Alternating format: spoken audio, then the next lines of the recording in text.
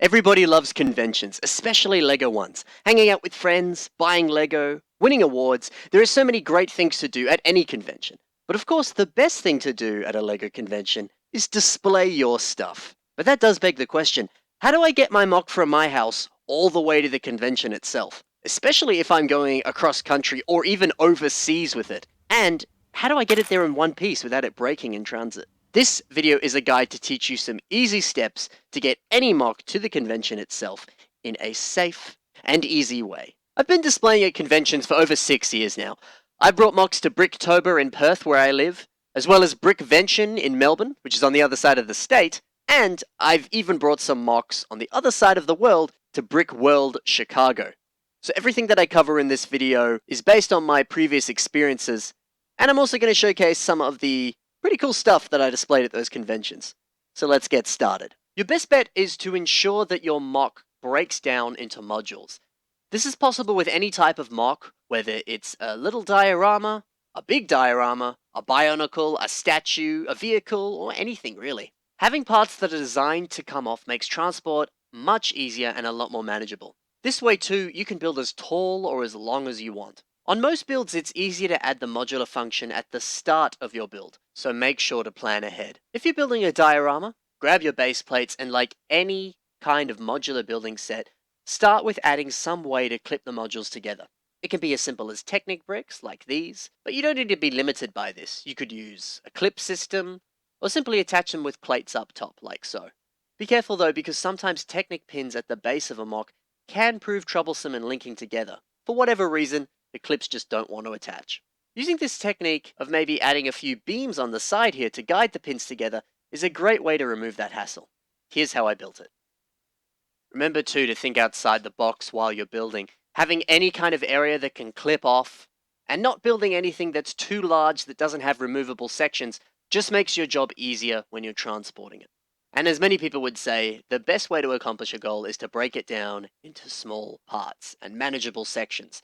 And that's essentially what it is in building a large-scale MOC. Take it small and take it slow. So that way too, if you're aiming to build big, adding modules won't only help you in accomplishing your goal and taking it slow and taking it easy during your building process, it'll make transporting it much, much easier. You may also notice something else. It's a thing a friend of mine likes to call convention cracks. Maybe the tables aren't totally even at a convention, and your modules get this odd thing where they don't perfectly hug each other.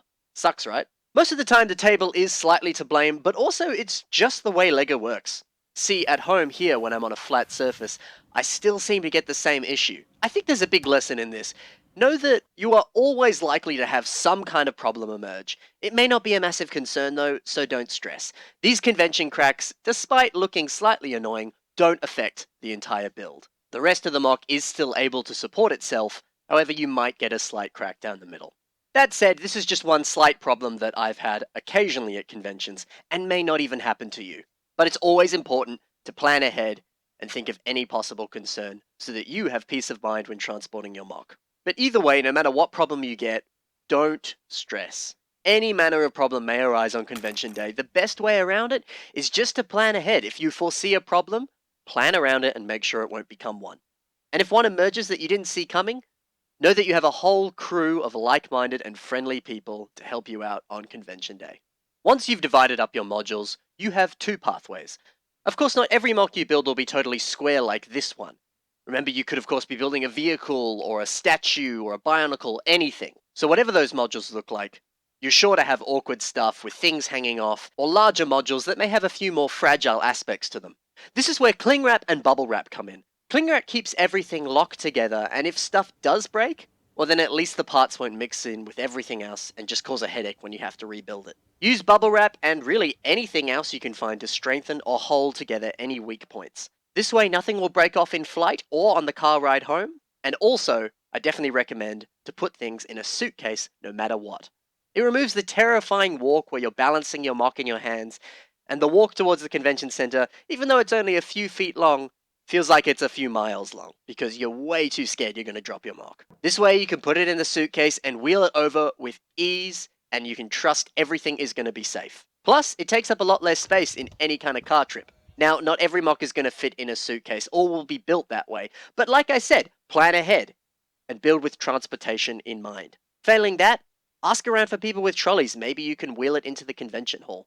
And definitely ask other people what they're doing. Maybe someone's renting a truck and has a little bit of extra space, so you could put your mock in there with them. In car rides, you may hear shaking and braking. Yes, it's terrifying, but hey, you can fix it when you get there. Car rides are a different story to flying, but I'll get to that in a second. One tip I always stress is to lock things down when building. If a minifigure is resting on some tiles, put studs down to actually lock it in place. It's little stuff like that that keeps your heart at rest. And by making it a habit to lock everything down on your build, you'll inherently lock everything else down and end up strengthening your mock in other ways, which will help you out in the long run. Everyone loves to build big for conventions, and sadly, that is the hardest stuff to transport. That said, the small stuff is always easiest. You just need a little bubble wrap, put it in a box, then lock it down with a little bit more padding so that it doesn't bump around. Your biggest issue is it hitting something. If it won't move, there's no reason for it to break. Oh, and don't forget with car rides, drive slow. When flying your mock to a convention overseas, trust that the airport will do its job. You'll need to add way more bubble wrap than you plan. This is just to ensure that any rough handling of your goods doesn't matter. There is no such thing as too much bubble wrap. Also be sure to build with structural integrity in mind. Like a typical real life building, add beams and additional scaffolding to strengthen everything. Here's what I did with my mock Volsung Hall, which flew from Perth to Melbourne for Brickvention 2018. The grid pattern helps structurally so that it's able to support another mock weighing at least 20 kilograms on top of itself. And check this out. That's 8 kilograms. No tricks. This is just because I used a bunch of Technic beams with pins locking them together for additional support. You may be asking the question, why did the mock need to support 20 kilograms on top of itself? This was because I was doing a collaborative build with my friend EB, otherwise known as Eli Brinsmead, in which we built this mock. Eli built the top half, I built the bottom half. His half had to go on top of my half. Obviously, a lot of headaches and planning were necessary in making this mock, but like I said, plan ahead and you're not going to have any issues. Make sure to build things as sturdy as possible. If you have the parts, stay away from building anything that's hollow. I've done it before, and depending on your build, it can be very parts intensive, but it will not break. That said, I'm not saying never build anything hollow. You of course can, but you'll definitely be increasing your chances of it breaking. Your best bet is to do a quick check for any weak points on your mock before packing. You built it, you're going to know where it is. And then wrap it and support everything as you pack. Let me show you an example of what not to do. Here's my mock Bahnhof. Let me show you some of the structural supports that I put inside it. It used a lot of weak supports and long beams that are not very structurally sound. This can survive a car ride at a push, but it would not survive a plane trip. I know this because it didn't.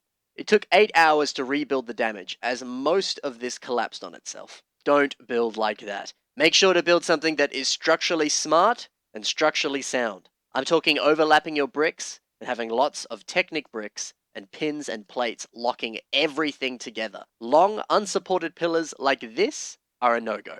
An example where I took structural integrity a little too far was my mock Volsung Hall. It was designed with lots of modules and was great for strength. This was done in order to hold up all of Eli's side, and in order to do that, the base needed to be very strong, which I think I very much achieved, as we can see. Now, as good as this design was, and it held the weight very easily, it took up 3 suitcases and made for over 200 modules, which despite having a clear system where I used Lego alphabet tiles and a spreadsheet saying where all of them needed to go, it was a rather lengthy process when putting it all back together, and I had to pay for additional baggage on my flight. So less modules is of course a quicker, easier, and a lot less stressful process for sure. So be sure to find a happy medium for yourself. Remember too, a tower of Lego bricks stacked on top of each other has to be 3.5 kilometers or 2.17 miles tall before the Lego brick at the bottom will break. So you'll have no issues there. The sky is the limit. Build as tall as you want.